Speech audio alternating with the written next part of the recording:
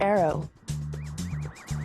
Small, lightweight, agile, and swift as an arrow, historic image documents of the Porsche 550 RS Spyder. And, advantage through technology on rally tracks, the Audi Quattro shocks its opponents. I think it's great that the event is taking place again after 45 years. We're also fortunate that the weather's playing along and that we have such a gorgeous backdrop, with the snow-capped Großglockner in the background. Brilliant. Not the fastest one wins, but those who drive the most consistently over several runs and achieve as near identical times as possible. A dream for fans and collectors alike. Many pre-war vehicles also start here.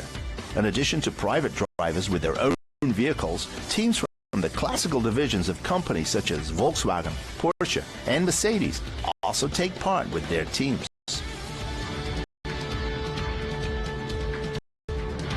One of the highlights and a miracle of the technical possibilities of that time, an original 1937 Mercedes Silver Arrow. Built in 1937, the 5.6-liter 8-cylinder delivers 570 horsepower. It is a special experience also for Jochen Mass to be able to start with this car on the historic route. Well, we are here at the Großglockner Massiv. High mountains, a wonderful mountain pass road. This was built around 1920, but with very great difficulty at the time. It was one of the main road connecting arteries. This unique project begins on 30th August 1930. Tirelessly, the workers pushed the 8-meter-wide road into the mountain during the snow-free period. After only 26 months of construction, the route is inaugurated. The builders predict 100,000 visitors a year.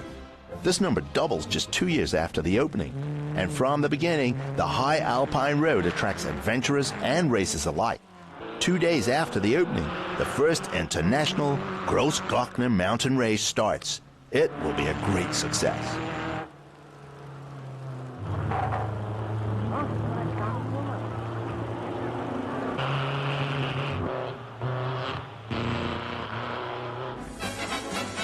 The road becomes a tourism magnet.